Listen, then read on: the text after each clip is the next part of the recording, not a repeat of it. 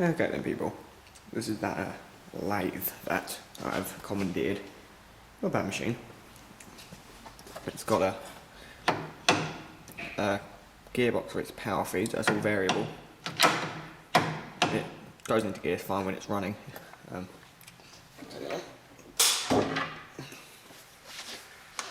That needs to be closed.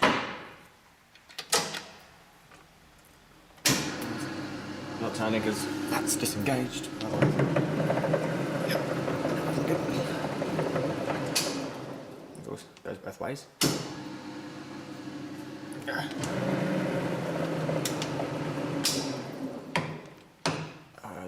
That there engages this for forwards and reverse. So that'd be, I'm not sure which way that is. There's no actual directions, but hey, that's how you actually get it into the other gear. It needs to be turned a little bit. There you go. Now.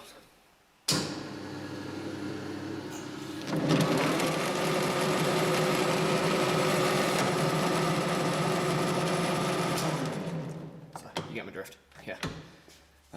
It's got all these little plates and tags. I was cleaning these up yesterday. In fact, I was cleaning the whole bloody thing. This thing originally used to be blue. You can't. This colour. So fucking things painted it in this. Where it was yellow, you can see, and then it's been painted brown. So, I think I might just leave it the colour it is and just degrease it and clean it all up. I'm going to try and keep this hush hush because I'm not meant to be filming. Oh, come on. See, that way there's come up pretty good. See, look. Even has my name written on it. Yeah, the only thing that this needs, which it will have eventually, see it's got this little screen here, which will go down to the sump behind here. Now, you notice there's another lathe behind me with that big hose. This one doesn't have that hose. I'll show you why. Because this one doesn't have a coolant pump, but it does have the sump.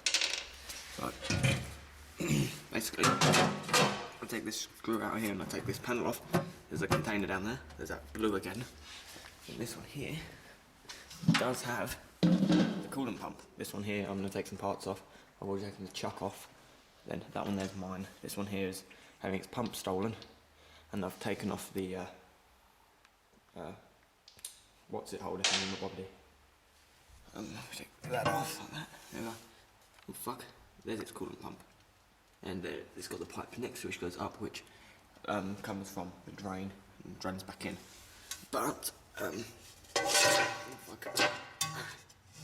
Thing is, this coolant in here is absolutely filthy. And this lathe has been run before with this turned on. And the coolant level is actually too low, so it can't pump anything. So it's been running dry for a fair while. I'm taking this out today. And this one here I have to somehow rig so it cannot be turned back on. I think there's a fuse. Yeah, there is. I'll take the fuse out of that.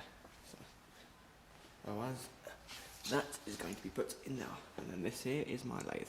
No, that there is my lathe. Oh well, that's cool. I'm going to get to work. Okay, well yeah, I thought I would show the motor also. So, it's basically the motor is attached. Was it attached to that? Yes, it is. The motor is attached to this bracket which is hinged, and then this little bar here is connected to this lever. So, at the moment that there is tension, even if it does slip. But the belt needs replacing, so I have to do that. So this here isn't really a clutch, it's the way you disengage, of course. Then you can slip the pulley, the drive belt even, around the other pulleys, retension it, and hey presto, you just changed gear ratio. So of course that's for your low and high speeds. So this doesn't have a gearbox for that, like some other lathes do. So this one doesn't. There's the motor, made in England. Come on, focus. Tag. I think it can run on 3-phase and single phase, because I do not believe this building has 3-phase power supply. So, I did have this cover off yesterday. It's got 3 wires going to it. Let's get that open again. I need a screwdriver or something. Steel roll will work just perfect. There's its connection in there. Should really actually have this thing turned off. Oh, it will be off because of that. So yes, there's its connection. I believe that's going to be a live, neutral and ground. But there's no tags. There's no wiring diagram. So if it is three-phase, then I have to get a different motor. Which shouldn't be a hard problem. It shouldn't be a problem because of the voltage on this thing here. Well, the horsepower rating on this, sorry, isn't that high. I don't know what horsepower this is. I'm 3 horsepower. So yeah, I can just get another 3 horsepower motor and jack it in there. But I can't understand why I would use a 3 horsepower motor for something which isn't. Well, I don't know why I would use 3-phase on something this size. Well, on something that's only 3 horsepower. So yeah, that's going to be my task now, is to decide if that's 3-phase or not. I have to go and have a look at the mains control panel because I don't think this is. In fact, all I have to do is that thing there which goes down around here to this one. That's connected to the switch for this one. All I have to do is trace that thingy back. I think it's wired into that pillar drill behind me as well, or behind this. We're in a workshop. I'm not going to show the rest of it because I don't have permission to film at all, so I'm not going to get too sneaky. Oh well, it's cool. Should be barrel off moving it though, because it's going to weigh a fucking ton. Has to be dismantled. Okay, now, before we actually do anything on anything, especially this one, well, anything electrical really, I have first disconnected the fuse before I do anything electrical. As you see, it's turned on here, but there's no fuse. Just to test, always test. Better safe than sorry. Okay, that is closed there. That thing there is shut, so theoretically it should turn on when you do that. Without the fuse, it won't work. So we're safe there, and just to cover ourselves, it's better safe than sorry, it's turned off there as well. I've already disconnected that from the cord, from the pump. I'm having a bit of a lack of tools at the moment because I can't get in that fucking door because I ain't got a key. I'm waiting for somebody to come back so I can. But in my next plan will be to take this here off, this knob, somehow, just give it a good yank, and then undo the screws around it. That should be able to get me, or I might just be able to undo this cover on the top of the motor, on top of the pump anyway, and undo that clamp there and unwire it from there. This one here is going in that lathe there. Cool. Okay people, I just opened up the top of that coolant pump and found the original instructions. Now, I'm a bit frayed and damaged, so I'm going to have to try and open this extraordinarily carefully. Ah, don't rip, don't rip, don't rip. That's where you're meant to be on that side. Very, very fragile. These are just crammed into a little space where the wires are. It's probably a wiring diagram.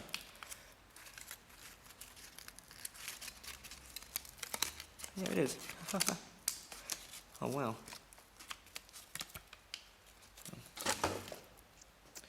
So if I find a bit of plastic, I'm going to put a bit of plastic over the top so it doesn't flatten it without breaking it. Anyway, yeah, got wrong winding, start winding, live line neutral, magnetic relay.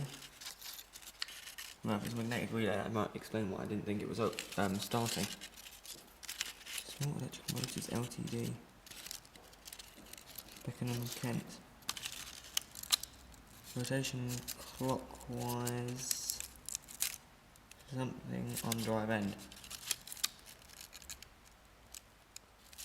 Oh, looking on drive end. So if I'm looking at the drive end, it would be rotation clockwise. That's so cool. I don't know if you read. I had the screen to look around on when I wasn't. Oh yeah, that's a good look.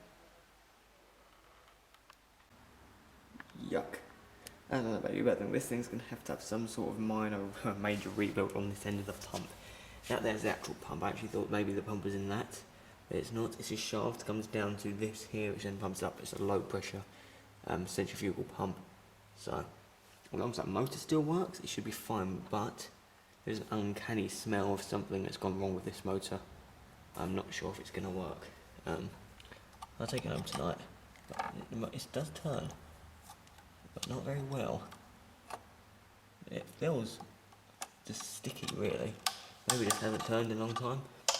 And it has no separate ground. It's live and a neutral. very illegal these days. But anyway, look, we're gonna clean this up now. I'm gonna give it a good, there's some terps over there somewhere and a wire brush. I'm just gonna give it a quick scrub up in a tub. The tub can then be thrown away because this stuff here is nasty. But yeah, other than that, all of the teeth are actually still on this, which is rather surprising. The rest of it is manky. There's lots of rust. This here is all made of what looks like steel or cast iron or something. But anyway, I don't know what it is. It's nasty. You can see it's been fake. Oh, there's some screws on the back there. I might be able to undo them and get the pump separated. That'd be cool. But anyway, I'm gonna get to work cleaning this up. Righty, there we go. Cleaned up, looks good. I mean, you can see all the rust pin and stuff on it, bits still flaking off. Still, you know, so this stuff here comes off.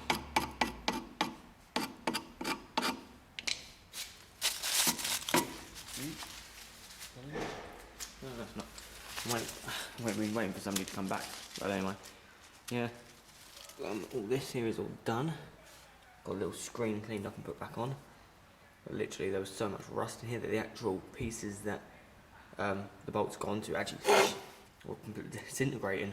When I cleaned it, they basically pretty much fell off. So I put some longer bolts in there. They're the ones which were from the motor housing.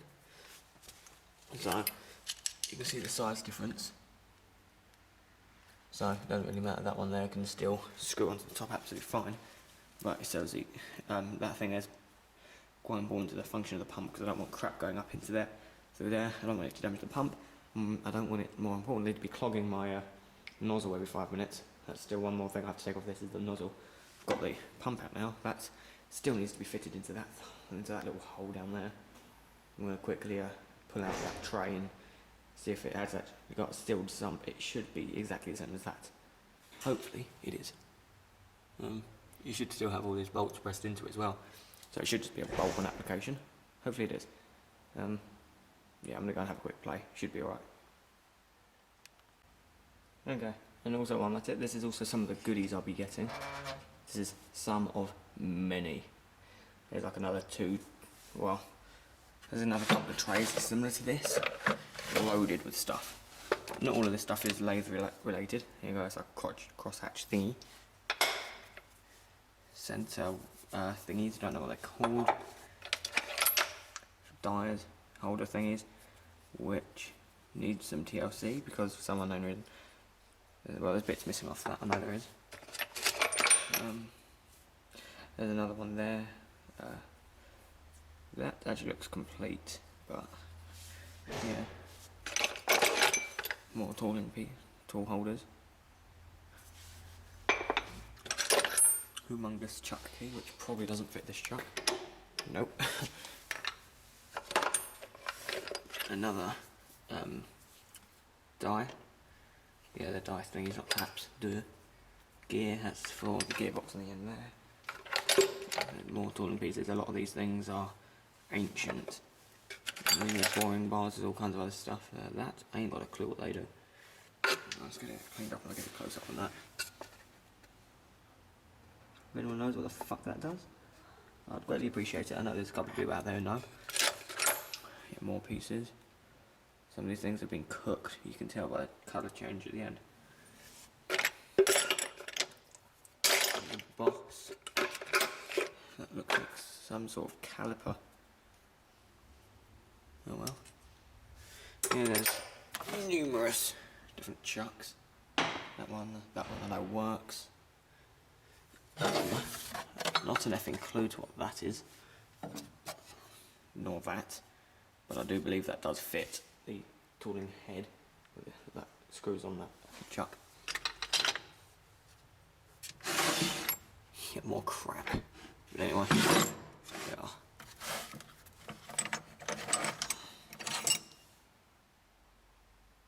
Anyone? No. Maybe that's for. That might be for doing threads. Not a clue. Oh well. Don't even know if it's worth it. I need another chuck because it won't fit in that thing. I don't think it will. It might. going to find out though, not right now. So, yeah. Oh, I've got my pump in as well, it's all cleaned up nicely. Still need to put it together, and I need to put a switch on here for it. I want to replace this here anyway. I'm going to put on a modern one. Might end up actually blanking this off and then putting it onto this panel. Oh, fucking fell. Right, I actually do have to go and do some work now. Fun.